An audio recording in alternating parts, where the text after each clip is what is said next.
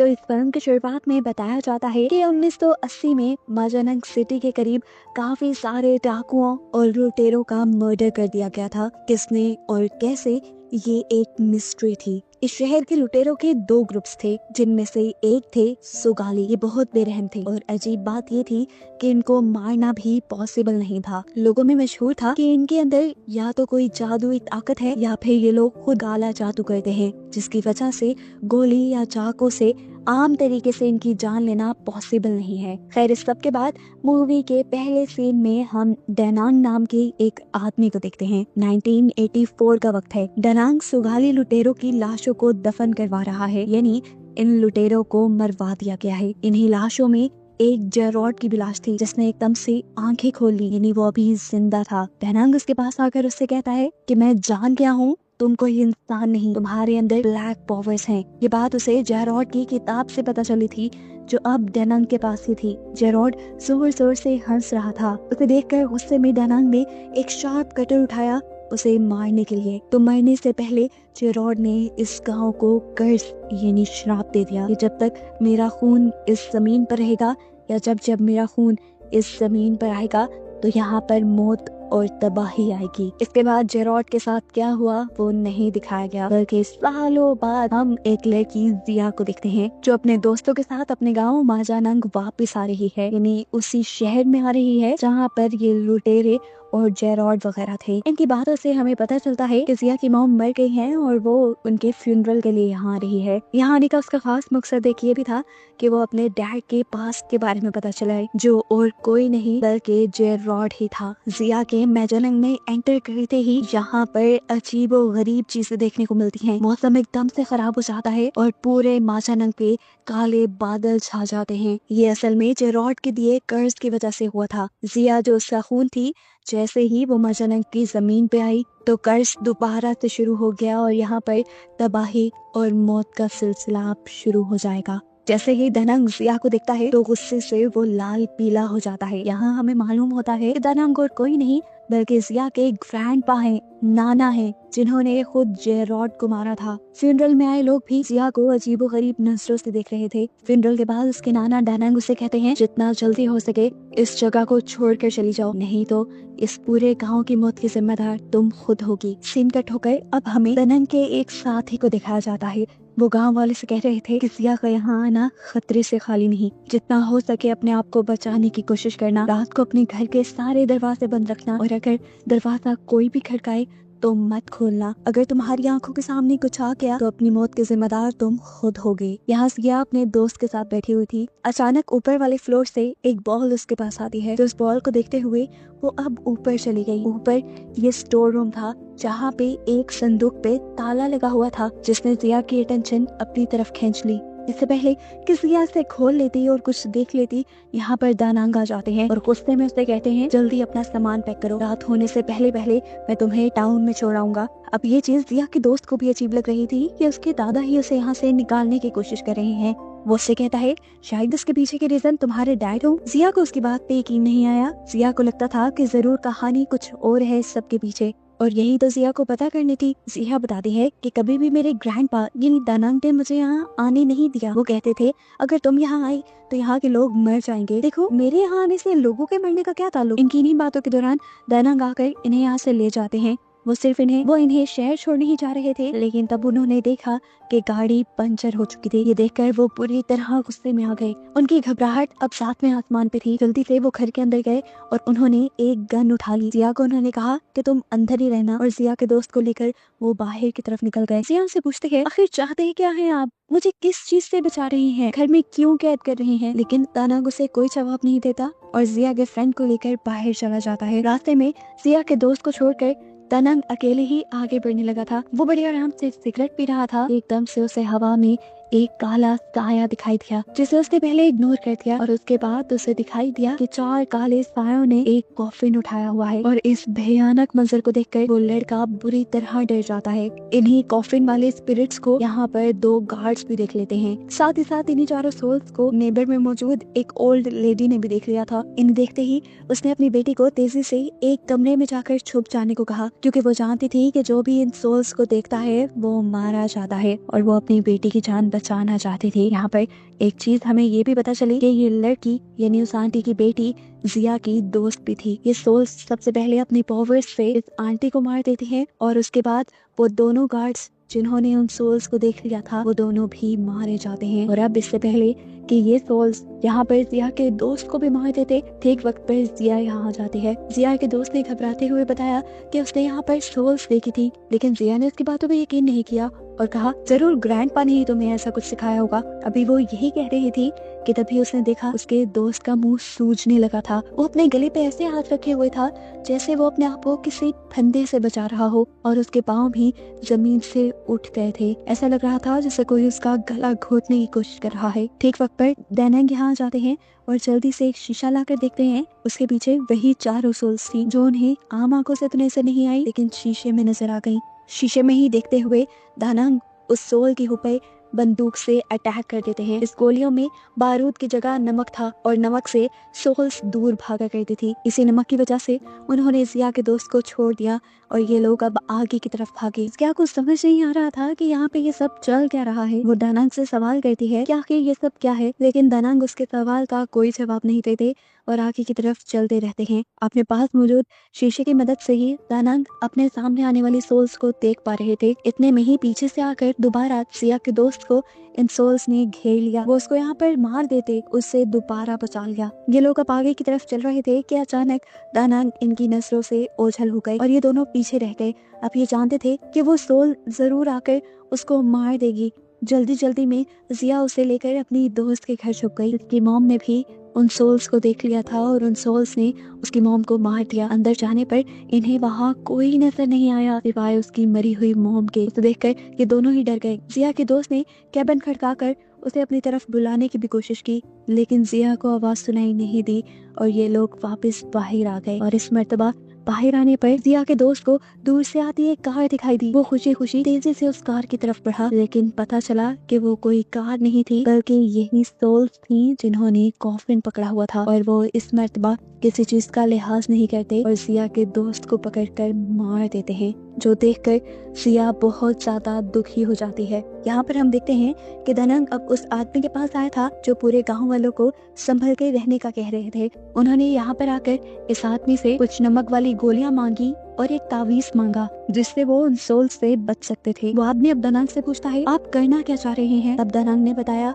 कि जेरॉड की बेटी वापस आ गई है और तुम जानते हो ना उसका श्राप क्या है। उसका खून जब यहाँ आएगा तब तबाही लेकर आएगा, लेकिन उसका ही खून उसे भी हमेशा के लिए खत्म कर सकता है और मैं अब उसकी बेटी के जरिए उसके खून के जरिए उसे हमेशा के लिए यहाँ से खत्म कर दूंगा और इस गांव को उसके दिए कर्ज से बचा लूंगा। सीन कट होकर हमें दिखाया जाता है कि जिया को कोई आदमी किडनैप कर चुका है। इसका नाम है यांतो और किसी वक्त में ये दानंग के साथ काम किया करता था लुटेरों को मारने का। यहाँ वो आदमी जिया के गले में वही तावीज देखता है जो उसे बुरी सोल से बचा सकता था। वो जान गया था जरूर उसे दानंग ने दिया होगा। जिया पूछती है ये किस काम के लिए है। तब यांतो उसे बताता है कि ये उस कर्ज से बचने के लिए है जो तुम्हारे डैड ने इस पूरे गांव को दिया था। जिया समझ गई कि ये आदमी सबको जानता है उसके डैड और उसके ग्रैंडपा के बारे में। वो उससे पूछती है आखिर मेरे डैड के साथ क्या हुआ था। तब यांतो बताता है कि असल में तुम्हारे डैड को दानंग ने गला काट के मार दिया था, लेकिन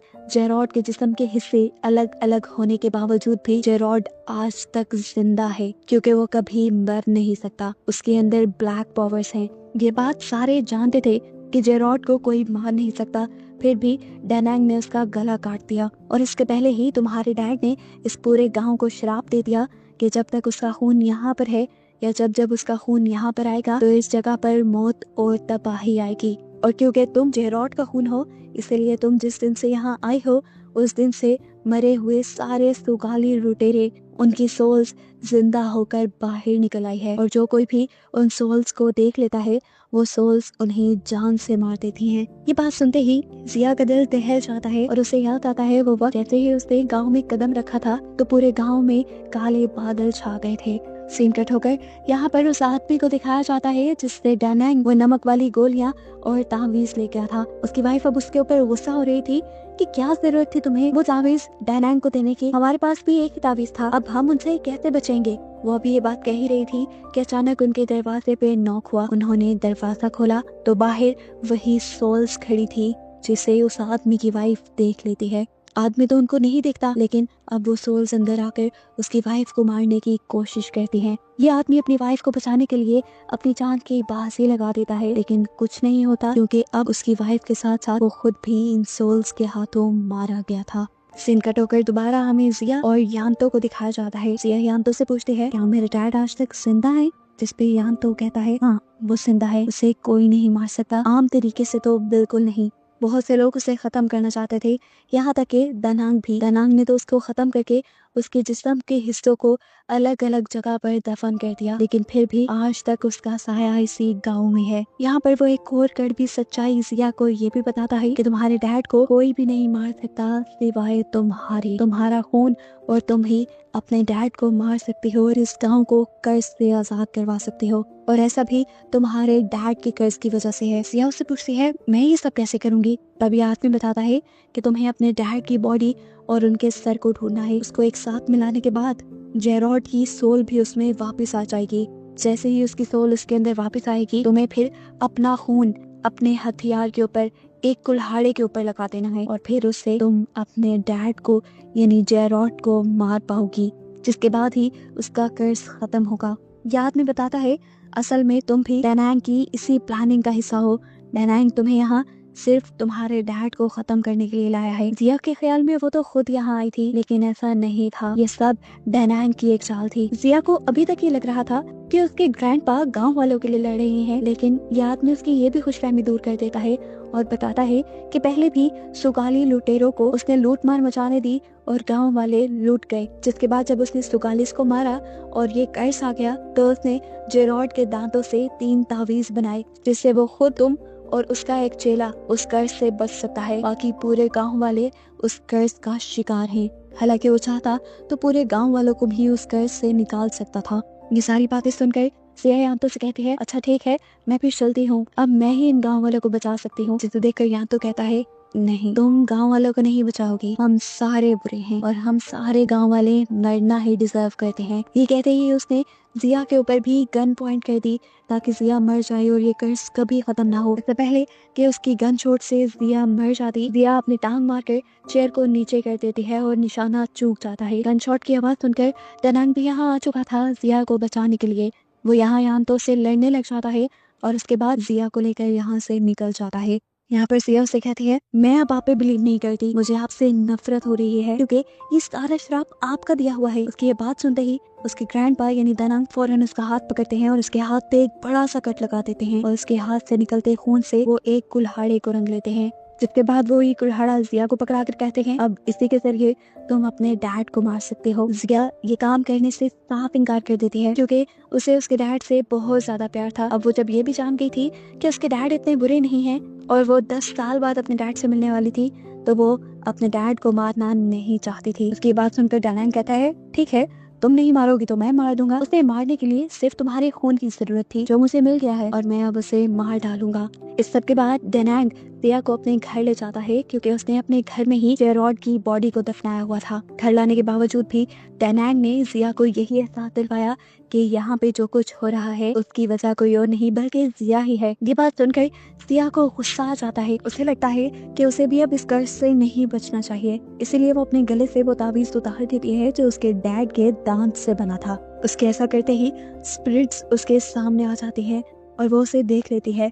इससे पहले कि स्पिरिट की सोल्स उसे मार देती, डेनांग उसे यहाँ आकर उसे बचा लेते हैं। उसे घर के अंदर लाने के बाद डेनांग घर के पिछले हिस्से में खुदाई करने लगे जहाँ पर उसने जेरोड के जिस्म के हिस्से दफनाए हुए थे। यहाँ पर जैसे ही डेनांग जेरोड की बॉडी और सर को आपस में जोड़ने लगता है, पीछे से यांतो आ जाता है उसे ऐसा करने से रोकने के लिए।